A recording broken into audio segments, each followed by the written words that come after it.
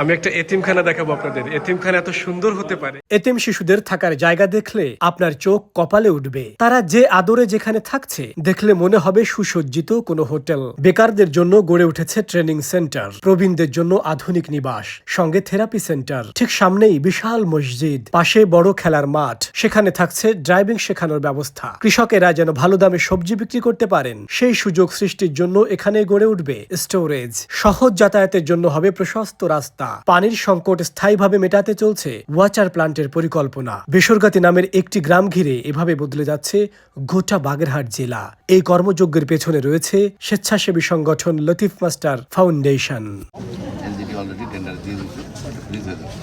ওই পারের লোক, ওই এলাকার লোকেরা এই ব্রিজে ডাইরেক্ট এখানে আসবে। এইখান থেকে যে রাস্তাটা এই যে সোজা গেল, এই রাস্তাটা 23 কিলোমিটার, ওটা অলরেডি চলে গেছে, ওটা পাকা হয়ে যাবে। ফকিরহাটের থেকে লোকেরাও এখানে আসতে পারবে।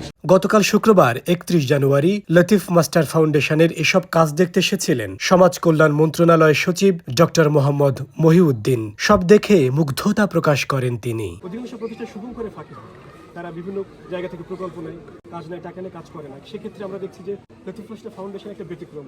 তারা নিজেদের অর্থায়ন এতদিন করছে, সেক্ষেত্রে আপনারা নানাভাবে দেখছেন এবং আজকে আপনার এখানে এসে এই প্রতিষ্ঠানের যে কার্যক্রম, সেক্ষেত্রে আপনার কি মনে হয়েছে? ইতিমধ্যে আমি যেটা দেখলাম, তাদের যে সাকসেস, এটা কিন্তু সত্যি এবং বেসরকারি উদ্যোগে এই ধরনের একটা প্রতিষ্ঠান সত্যি প্রশংসার দাবি রাখে। বিশেষ করে আমি বলবো যে এখানে যে তার যে মাস্টার প্ল্যান এবং সেই অনুসারে বৃদ্ধ নিবাস এবং যে বাচ্চাদের জন্য যে ব্যবস্থাপনা আমি ইতিমধ্যে দেখলাম, তাদের যে খাবার দাবার ব্যবস্থা, এটা এমনকি আমি ঢাকার মধ্যে আমি নাম উল্লেখ করতেছি না, অনেক সনাতন এই ঢাকার মধ্যে এই সিস্টেমটা আমি দেখলাম।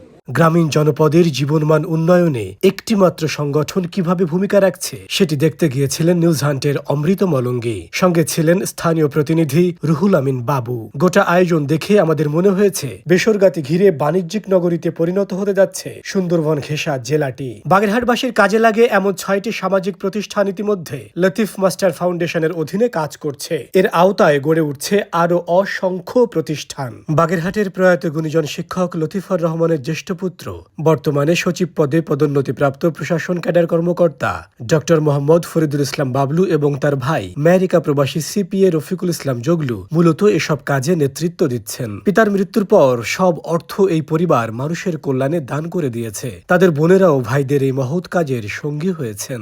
নিজেদের প্রাপ্য সম্পদ নির্দ্বিধায় মানুষের জন্য উৎসর্গ করেছেন তারা। এলাকাবাসী নিউজ হান্টকে বলেছে, লতিফ মাস্টার পরিবারের এসব কর্মযজ্ঞ তাদের কাছে স্বপ্নের মতো মনে হচ্ছে। প্রবীণ এক মুক্তিযোদ্ধা অমৃত মলঙ্গীকে বলেছেন, এসব দেখে আনন্দে তার ঘুম হয় না। স্থানীয় এক দোকানদার জানিয়েছেন, লতিফর মাস্টারের 3 ছেলে নিজেদের নামে কোনো সম্পদ গড়েননি, যা করেছেন সব ফাউন্ডেশনের জন্য। লতিফ মাস্টার ফাউন্ডেশনের এই মহাযজ্ঞ দেখতে এদিন এসেছিলেন 1985 সালে বাংলাদেশ কৃষি বিশ্ববিদ্যালয় থেকে স্নাতক শেষ করা এক ঝাঁক কৃষিবিদও। তাদের অনেকে কর্মজীবনে প্রশাসনের গুরুত্বপূর্ণ পদে দায়িত্ব পালন করেছেন, কেউ কেউ এখনো করছেন। এই কৃষিবিদ বন্ধুরা সকালে সংগঠনটির বিভিন্ন প্রতিষ্ঠান ঘুরে দেখেন। নিজ এলাকায় বন্ধুদের ফুল দিয়ে বরণ করে নেন ফরিদুল ইসলাম বাবলু। দুপুর গড়িয়ে শীতের পড়ন্ত বিকেল আসতে আসতে সহধর্মিনীকে নিয়ে বেসরকারি গ্রামে প্রবেশ করেন সমাজ কল্যাণ মন্ত্রণালয় সচিব ডক্টর মোহাম্মদ মহিউদ্দিন। তাদের সঙ্গে ছিলেন সমাজসেবা অধিদপ্তরের মহাপরিচালক ডক্টর মোহাম্মদ সাইদুর রহমান খান।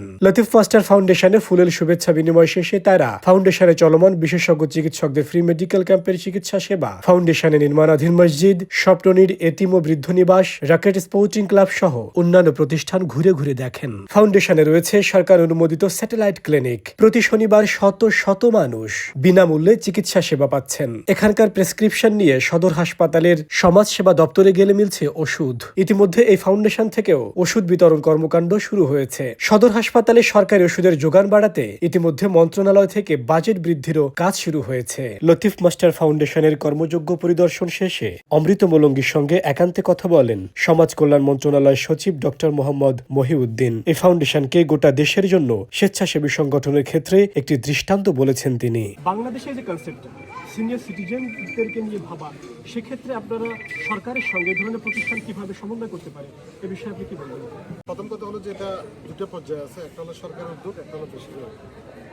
আরেকটা হতে পারে সরকার এবং বেসরকারি উদ্যোগের মাধ্যমে একটা কম্বিনেশন, যেটা আমরা পাবলিক প্রাইভেট পার্টনারশিপ অথবা যৌথ উদ্যোগ যেটাই বলে না কেন, এটাও আমরা করতে পারি। এটা আমরা ভবিষ্যতে এই প্রতিষ্ঠানের উদ্যোগকে কাজে লাগিয়ে আমরা কোনো কিছু করতে পারবো কিনা সেটা আমাদের ভাবার বিষয় আছে। আর আমরা সেটা যদি আমি মনে করি যে এটা অবশ্যই ফিজিবল হবে এবং আমরা সেক্ষেত্রে এই লতিফ মাস্টার ফাউন্ডেশনকে আমরা এখানে ইনভলভ করতে পারি। লতিফ মাস্টার ফাউন্ডেশনকে আপনার একটা দৃষ্টান্ত মনে হয় কিনা? মানে আমি শুরুতে যেটি বললাম, অবশ্যই এটা তো আমি প্রথমে বললাম, এটা শুধু বাগেরহাট নয়, এটা বাংলাদেশের জন্য একটা দৃষ্টান্ত হতে পারে।